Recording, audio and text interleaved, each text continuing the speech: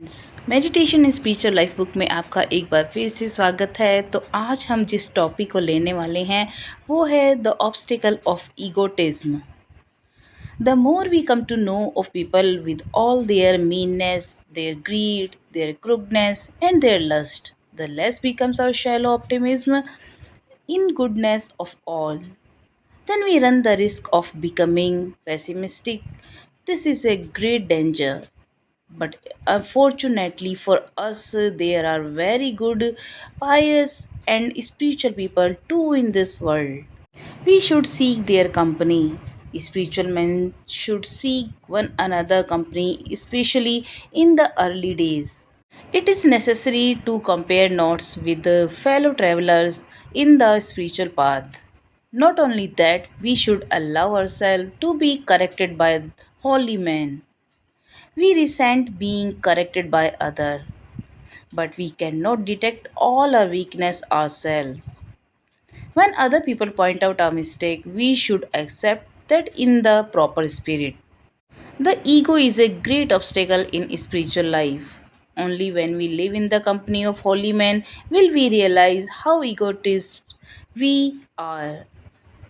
Only those who have had the privilege of serving an illuminate soul know the value of such service.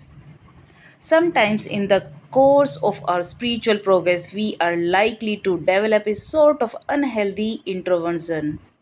This is to be avoided by going in for holy association. When we are in a mood of depression, when we find it difficult to establish contact with the divine, the company of a spiritual soul and talks with them are of great help. People with morbid introversion want to avoid the company of even spiritual people. People with morbid extroversion seek the company of holy men just to gossip and kill time. Those who are of balanced nature enjoy the company of pure souled spiritual aspirants, discuss spiritual matters with them, and strengthen their own faith and spiritual forever. Sri Ramakrishna always encouraged his disciples to meet one another. Even when we associate ourselves with the holy men, we should remember that behind our human connections there is a divine connection, divine relationship. We should know that it is a Lord who dwell in it, who is connecting link amongst us. We should always try to establish our relationship with others through the divine. Sri Ramakrishna had a boundless love for his disciples, but that love was based on the realization of the oneness of humanity in God. One day he told his favorite disciples Narendra, I love you because I see Narendra Narayana in you. His was divine kinship free from any physical attachment. तो आज का पहला topic है अहंकार की बाधा। हम जितने अधिक लोगों को उनकी शुद्धता, उनके लालच, उनकी कुटिलता और उनकी वासना के साथ जानते हैं, उतना ही हम सभी की अच्छाइयों के बारे में भी अपनी उथली आशावादिता खो देते हैं। तब हम निराशावादी या सनकी बन जाने का जोखिम उठाते हैं और ये एक बहुत बड़ा खतरा है। लेकिन सौभाग्य से हमारे लिए इस दुनिया में बहुत अच्छे, पवित्र और आध्यात्मिक लोग भी हैं। हमें उनकी संगति करनी चाहिए। आध्यात्मिक लोगों को विशेष रूप से शुरुआती दिनों में एक दूसरे की संगति करनी चाहिए। आध्यात्मिक मार्ग पर चलने वाले सहयात्रियों के साथ अपनी तुलना करना आवश्यक है। इतना ही नहीं, हमें खुद को पवित्र लोगों द्वारा सुधारे जाने की अनुमति देनी चाहिए। हम दूसरों द्वारा सुधारे जाने पर नाराज होते हैं, लेकिन हम अपनी सभी कमजोरियों को खुद नहीं पहचान सकते। जब दूसरे लोग हमारी गलतियों की ओर इशारा करते हैं तो हमें उसे सही भावना से स्वीकार करना चाहिए। आध्यात्मिक जीवन में अहंकार एक बहुत बड़ी बाधा है। जब हम पवित्र लोगों की संगति में रहते हैं तभी हमें पता चलता है कि हम कितने अहंकारी हैं। पवित्र संगति अहंकार का एक बड़ा प्रतिकारक है। इसीलिए भारत में पवित्र लोगों को बहुत सम्मान दिया जाता है। हिंदू पुराण पवित्र संगति के बारे में प्रशंसाओं से भरे हैं। केवल वे ही लोग ऐसी सेवा का मूल्य जानते हैं जिन्हें किसी प्रबुद्ध आत्मा की सेवा करने का सौभाग्य मिला है। कभी कभी आध्यात्मिक प्रगति के दौरान हम एक तरह की अस्वस्थ अंतर्मुखता विकसित कर लेते हैं। पवित्र संगति में जाकर इससे बचना चाहिए। जब हम अवसाद की स्थिति में होते हैं, जब हम ईश्वर से संपर्क स्थापित करना मुश्किल लगता है, तो आध्यात्मिक आत्माओं की संगति और उनसे बातचीत हमें बहुत ज़्यादा मददगार होती है। रुग्ण अंतर्मुखता वाले लोग आध्यात्मिक लोगों की संगति से भी बचना चाहते हैं। रुग्ण बहिर्मुखता वाले लोग सिर्फ गपशप करने और समय बिताने के लिए पवित्र लोगों की संगति चाहते हैं। तो जो लोग संतुलित स्वभाव के होते हैं, वे शुद्ध आत्मा वाले आध्यात्मिक साधकों की संगति का आनंद लेते हैं और उनके साथ आध्यात्मिक साधकों की संगति का आनंद लेने से आध्यात्मिक विषयों पर चर्चा करते हैं और अपनी आस्था और आध्यात्मिक उत्साह को मजबूत भी करते हैं। श्री रामकृष्ण हमें हमेशा अपने शिष्यों को एक दूसरे से मिलने के लिए प्रोत्साहित करते थे। यहाँ तक कि जब हम खुद को पवित्र लोगों के साथ जोड़ते हैं, तो हमें याद रखना चाहिए कि हमारे मानवीय संबंधों के पीछे एक दिव्य संबंध है, जो हमें ये जानना चाहिए कि यह भगवान ही है जो सभी में निवास करता है और जो हमारे बीच जोड़ने वाली कड़ी हैं। हमें हमेशा दूसरों के साथ अपने रिश्ते को दिव्य के माध्यम से स्थापित करने का प्रयास करना चाहिए। श्री रामकृष्ण को अपने शिष्यों से असीम प्रेम था, लेकिन वह प्रेम ईश्वर में मानवता की एकता की प्राप्ति पर आधारित था। एक दिन उन्होंने अपने प्रिय शिष्य नरेंद्र से कहा, मैं तुमसे प्यार करता हूँ क्योंकि मैं तुम में नारायण को देखता हूँ। उनका रिश्ता किसी भी भौतिक लगाव से मुक्त दिव्य रिश्ता था। Second point is attitude towards one's guru. They are indeed blessed who get the guidance of an illumined soul. However, it is not enough to come in contact with a guru and receive some instruction from him. You should follow his teachings with great faith, but you should not get too much attached to him emotionally and cling to his outer form. A true teacher wishes his disciple to love God more than himself and to look upon him only as an instrument of the divine. अपने गुरु के प्रति कैसा रवैया होना चाहिए? तो वे लोग सचमुच धन्य हैं जिन्हें एक प्रबुद्ध आत्मा का मार्गदर्शन मिलता है। हालांकि किसी गुरु के संपर्क में आना, उनसे कुछ निर्देश प्राप्त करना ही पर्याप्त नहीं है। आपको उनकी शिक्षाओं को भी पूरी आस्था के साथ पालन करना चाहिए, लेकिन आपको भावनात्मक रूप से उनसे बहुत अधिक जुड़कर उनके बाहरी स्वरूप से चिपके नहीं रहना चाहिए।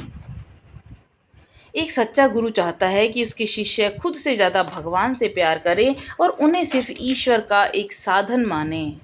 The real guru who reveals to us the truth is in our own heart and he is no other than the divine himself. His message very often comes through some person who also is called Guru. So the divine is sometimes called the Guru of Gurus. We should not expect much from the outer Guru, but should try to be in tune with the inner Guru, the divine in us, the soul of our souls, and draw knowledge and inspiration from him. You may look upon the holy personality appealing to you most as the guru of all gurus. Both the teacher and the pupil should try to be as much impersonal as possible. This becomes possible if the teacher tries to see the divine in the student and the student also tries to feel the divine in the teacher. One should try to think of the other not as a person but as a manifestation of the principle and oneself also as such. This is the beginning of a practical Vedanta, and then in due course, this ideal encompasses everything and every being. The Lord comes to me in form of devotees, and I should try to see Him in them more than their personalities. The student also should recognize the divine principle in the one who brings the message and also in himself. It is then that the spiritual teaching becomes fruitful and one is able to realize the same divine presence in all. तो यहाँ पर कहा जा रहा है कि सच्चा गुरु जो हमें सत्य का ज्ञान कराता है वह हमारे हृदय में ही है। वह और कोई नहीं बल्कि स्वयं परमात्मा ही है। उसका संदेश अक्सर किसी व्यक्ति के माध्यम से आता है जिसे गुरु भी कहा जाता है। कभी कभी परमात्मा को भी कभी कभी गुरुओं का गुरु भी कहा जाता है। हमें बाहरी गुरु से बहुत अधिक अपेक्षा नहीं करनी चाहिए बल्कि हमें अपने भीतर के गुरु, अपने भीतर के परमात्मा, अपनी आत्मा के साथ तालमेल बिठाने की कोशिश करनी चाहिए और उनसे ज्ञान और प्रेरणा प्राप्त करनी चाहिए। आप अपने स्थान, वह पवित्र व्यक्तित्व जो आपको सबसे अधिक आकर्षित करता है, को सभी गुरुओं का गुरु मान सकते हैं। शिक्षक और शिष्य दोनों को यथासंभव अव्यक्तिक होने का प्रयास करना चाहिए। यह तभी संभव है जब शिक्षक विद्यार्थी में ईश्वर को देखने का प्रयास करे और विद्यार्थी भी शिक्षक में ईश्वर को अनुभव करने का प्रयास करे। हमें दूसरे की व्यक्ति के रूप में नहीं बल्कि सिद्धांत की अभिव्यक्ति के रूप में स्वयं को भी उसी रूप में देखने का प्रयास करना चाहिए। यहीं से व्यवहारिक वेदांत की शुरुआत होती है। फिर समय के साथ यह आदर्श प्रत्येक वस्तु और प्रत्येक प्राणी को अपने में समाहित कर लेता है। भगवान मेरे पास भक्तों के रूप में आते हैं और मुझे उनके व्यक्तित्व से ज़्यादा उनमें उन्हें देखने की कोशिश करनी चाहिए। विद्यार्थी को भी संदेश लाने वाले में और खुद में भी ईश्वरीय तत्व को पहचानना चाहिए। तभी आध्यात्मिक शिक्षा फलदायी होती है और व्यक्ति सभी में एक ही ईश्वरीय उपस्थिति का एहसास कर पाता है। Next point is the Guru cult in India. From time immemorial, the Guru or the spiritual teacher has been given the highest place of honor in India and elsewhere. The Hindu scriptures go to the length of saying that the Guru is Brahma, Vishnu, Maheshwara, even the Param Brahma, the Supreme Spirit itself. Most people, however, forget that this has been said from the spiritual angle and never from the physical point of view. The trouble with most spiritual seekers is that they identify themselves with their own body and personality and become devoted to a male or female deity and remain stuck there. And if they have a spiritual teacher, they cling to the form and personality of the teacher also. This is nothing but materialism, though given a spiritual color. However useful it may be in the beginning, this spiritual materialism must be transcended. But how to do it is the question. As one advances in the spiritual path, one must come to realize that the worshipper is a soul, and the deity that is worshipped is none other than the Paramatma itself. The soul is, as it were, part of the Paramatma, the infinite spirit, and the Guru also in his true nature is a divine manifestation through whom flows divine grace, knowledge, love, and bliss. The task before us is how to realize this truth that the devotee, the Ishta Devata, and the Guru are in reality manifestations of the same transcendental spirit. Before beginning our meditation, let us first consider the body as a temple. We may now enter this temple through the gateway of the heart and find that our heart is filled with the light and consciousness of the Jivatma, which is part of the Paramatma, the infinite light and the infinite consciousness. Let us merge our body, mind, and the whole world into the infinity reality and imagine that we are like a little sphere of light and consciousness. interpenetrated and permeated by the infinite light and infinite consciousness. Since the form of meditation is beyond the reach of ordinary people, let us think that our soul puts on a pure mental body and a pure physical body, and the Paramatma takes the form of the Guru on one side and of the Ishta Devata on the other. After saluting the Guru, we should merge his personality in the Ishta Devata and meditate on him or her, repeating the Ishta mantra. We should train ourselves that instead of depending too much on the outside teacher, we depend more and more on the indwelling Guru and reach a state of spiritual consciousness which we must be able to maintain, whether the Guru is alive in this world or has passed on. As Bhagwan Sri Ramakrishna said, from this room to that room, meaning from the physical plane of consciousness to the subtle one. This danger of falling into the root of the Guru cult can be avoided only by meditating on the formless infinite spirit, which is also infinite knowledge, infinite love, and infinite bliss. Again, when we return to the plane of personality, we should stress more the spirit and not the form. In order to avoid self deception, it is good to meditate on the infinite spirit, merging all forms into it, and try to be established in the supreme consciousness through repeated practice. This helps not only the students but also the teacher towards the realization of perfect freedom and peace. Bharat में गुरु ग्रंथ भारत में गुरु पंथ प्राचीन काल से ही भारत और अन्य जगहों पर गुरु या आध्यात्मिक शिक्षक को सर्वोच्च सम्मान दिया जाता रहा है। हिंदू धर्म ग्रंथों में तो यहाँ तक कहा गया है कि गुरु ब्रह्मा विष्णु महेश्वर बल्कि स्वयं परम ब्रह्मा परमात्मा है। हालांकि अधिकांश लोग भूल जाते हैं कि यह आध्यात्मिक दृष्टिकोण से कहा गया है, भौतिक दृष्टिकोण से नहीं। अधिकांश आध्यात्मिक साधकों की परेशानी यह है कि वे खुद को अपने शरीर और व्यक्तित्व से जोड़कर देखते हैं और किसी पुरुष या महिला देवता के प्रति समर्पित हो जाते हैं और वहीं अटके रहते हैं। और अगर उनके पास कोई आध्यात्मिक गुरु है तो वे गुरु के रूप में और उसके व्यक्तित्व से भी चिपके रहते हैं। यह कुछ और नहीं बल्कि भौतिकवाद है। हालांकि इसे आध्यात्मिक रंग दिया गया है। शुरुआत में यह कितना भी उपयोगी क्यों न हो, इस आध्यात्मिक भौतिकवाद से पार पाना ही होगा। लेकिन ये कैसे किया जाए, यही सवाल है।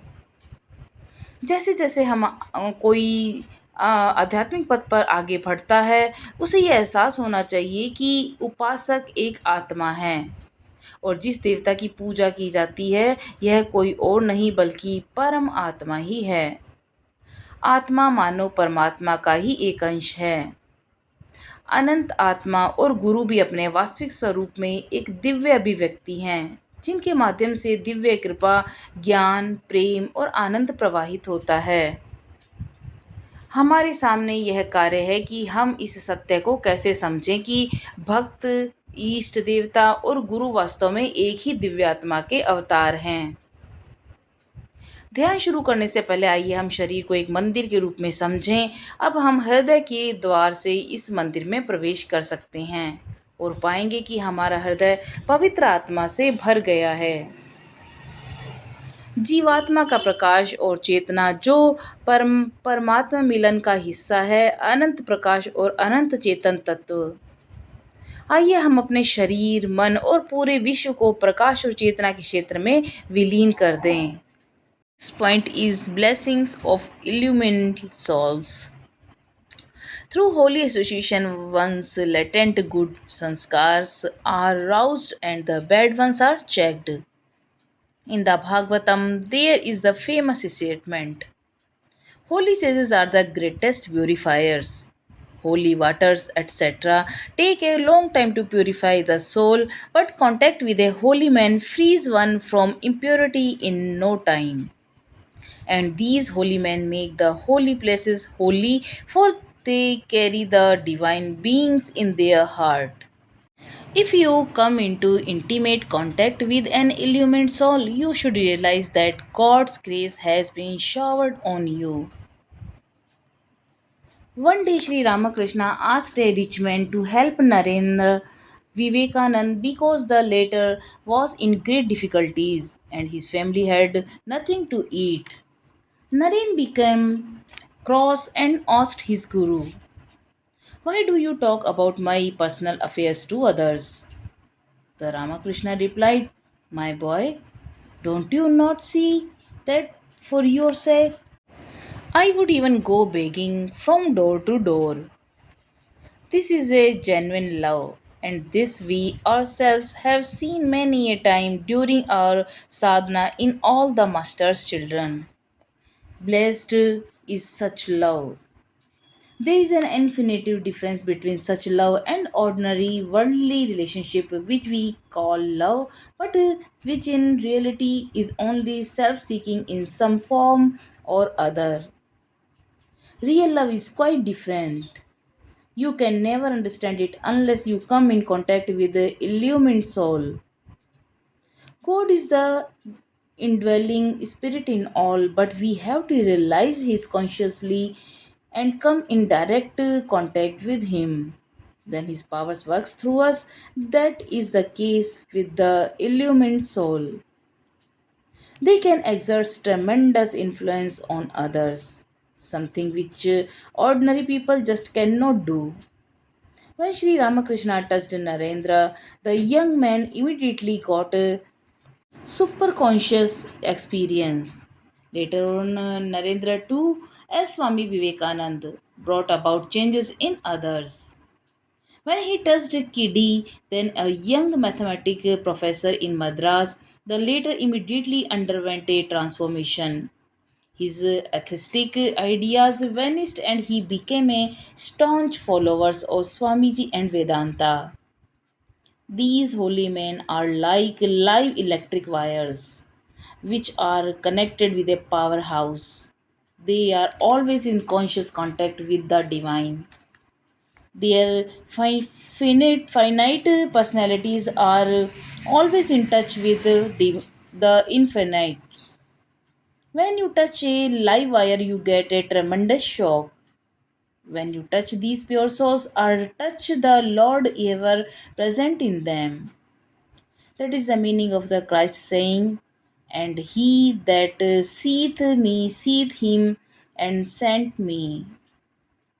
The infinite of its manifestation has made a channel, as it were, through the mind and the body of holy men. Whoever comes in touch with the holy man is able to receive what he gives, comes in touch with the infinitive also.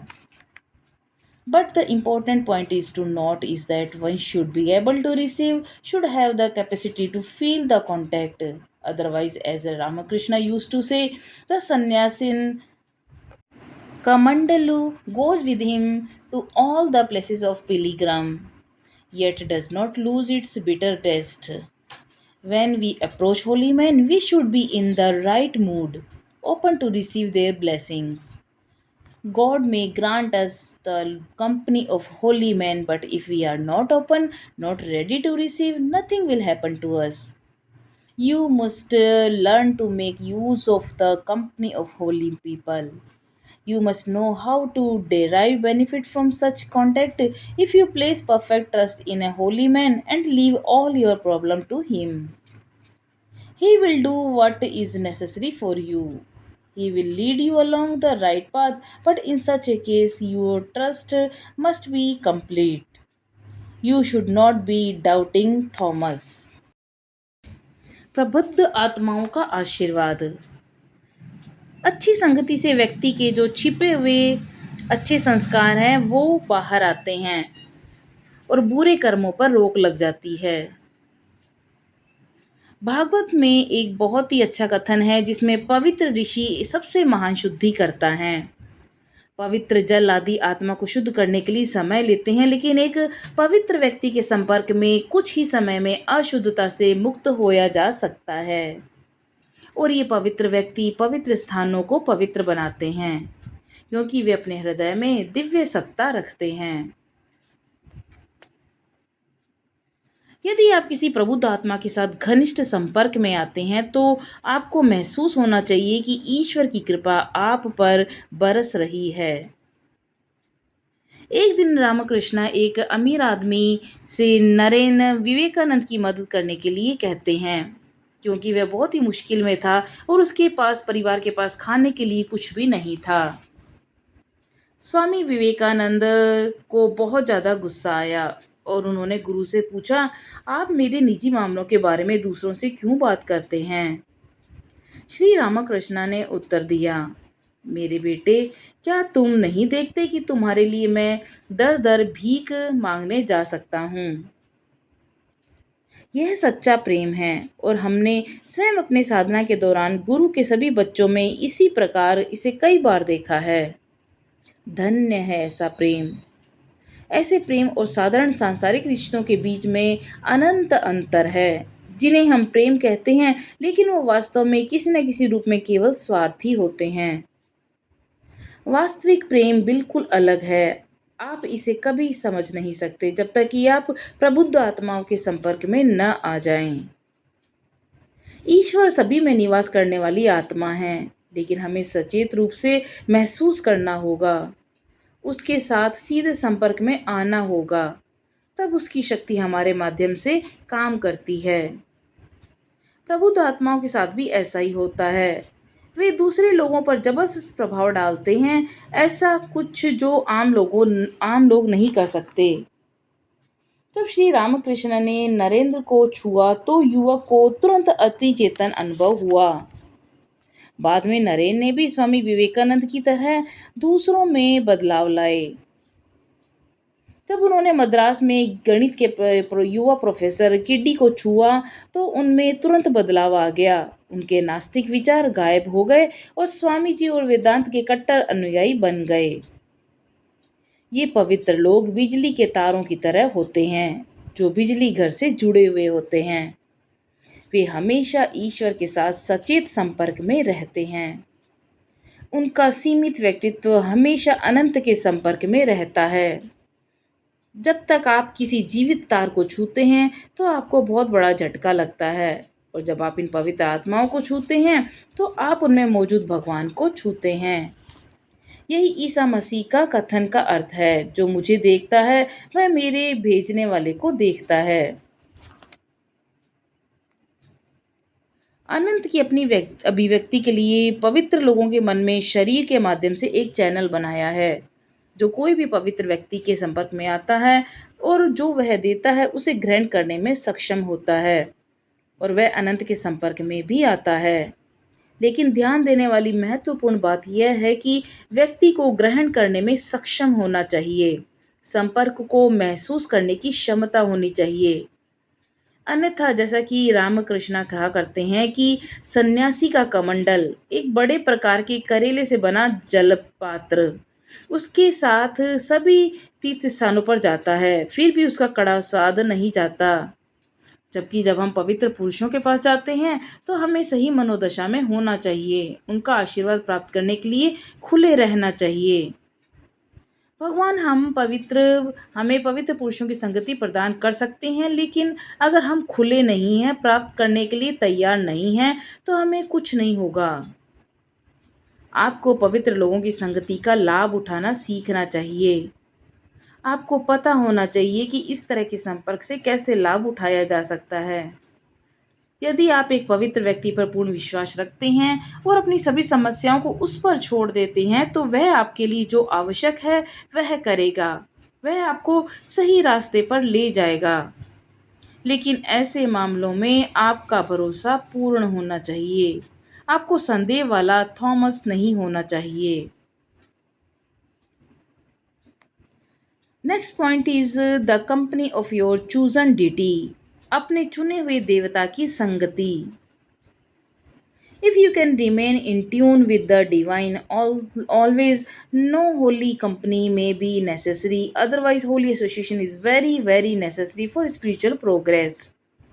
यदि आप हमेशा ईश्वर के साथ तालमेल में रह सकते हैं तो किसी पवित्र संगति की आवश्यकता नहीं।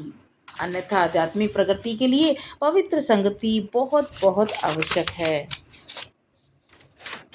But if you don't have the opportunity of holy company, what is to be done? Keep the company of your Ishta Devata, the holy personality on whom you meditate. Learn to talk to your Istam.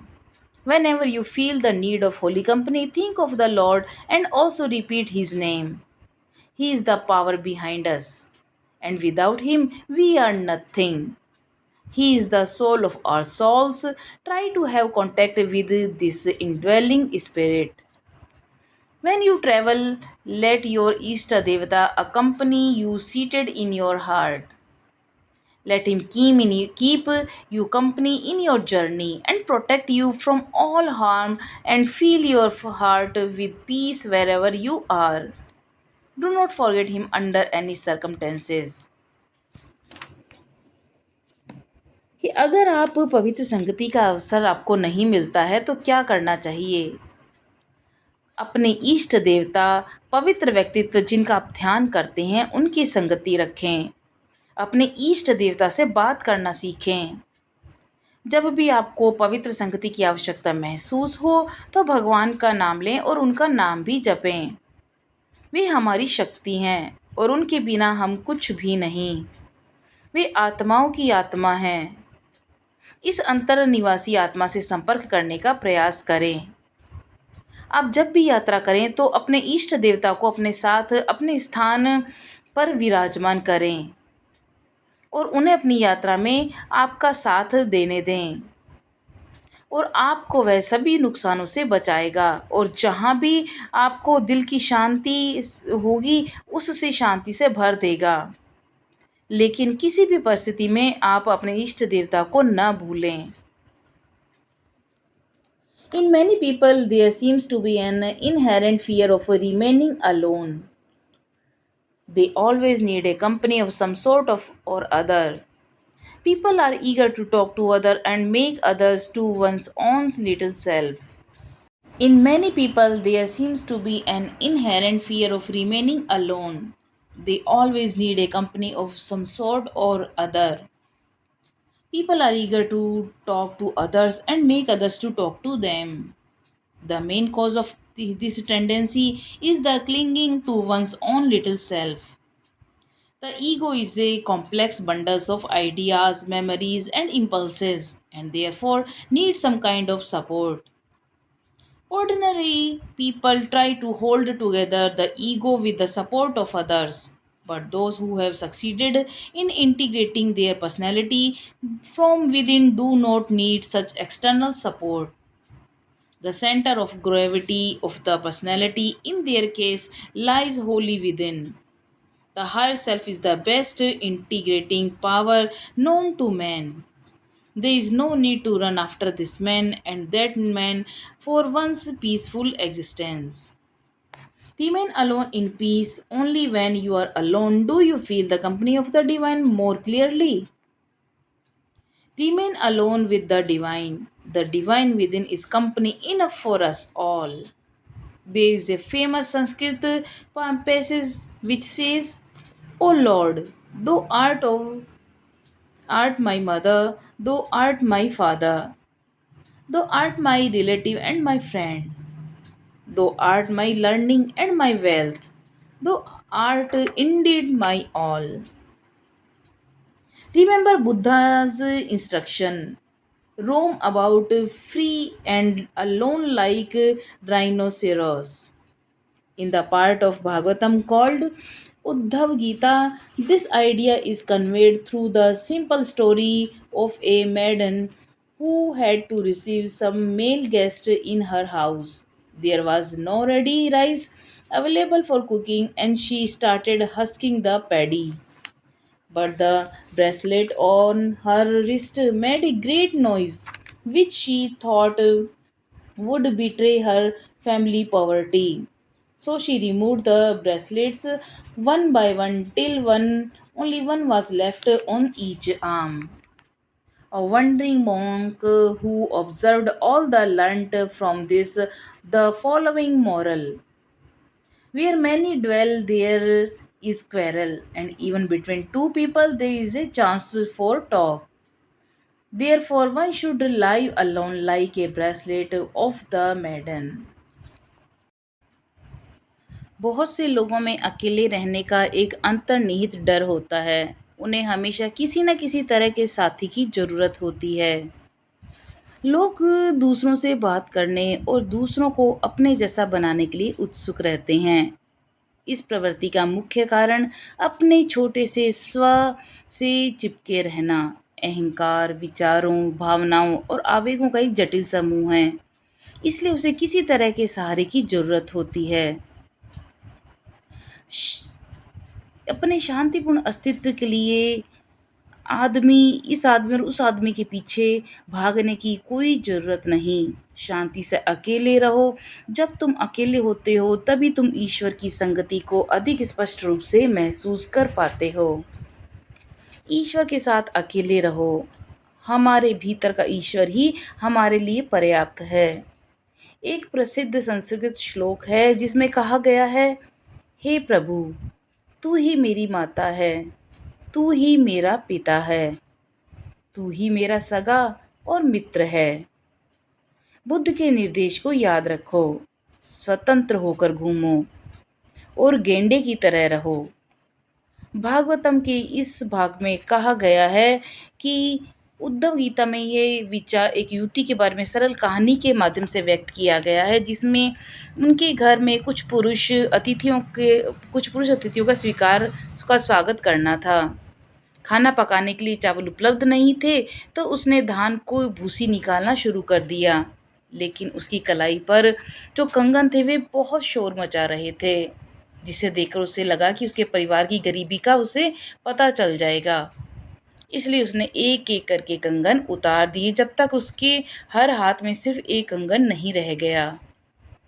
एक भटकते हुए साधु ने यह सब देखा तो उसने यह सीख ली कि जहाँ बहुत से लोग रहते हैं वहाँ झगड़ा होता है और दो लोगों के बीच में भी बातचीत का अवसर रहता है। इसलिए मनुष्य को युवती के कंगन की तरह ही अकेले रहना चाहिए। तो जब आप अकेले हों तो मन में यह सुंदर गीत जो रामकृष्ण जी का बहुत ही प्रिय था, ये ज़रूर गुनगुनाना चाहिए कि हे प्रभु, तुम ही मेरे सर्वस्व हो, मेरे जीवन के प्राण, सार के सार।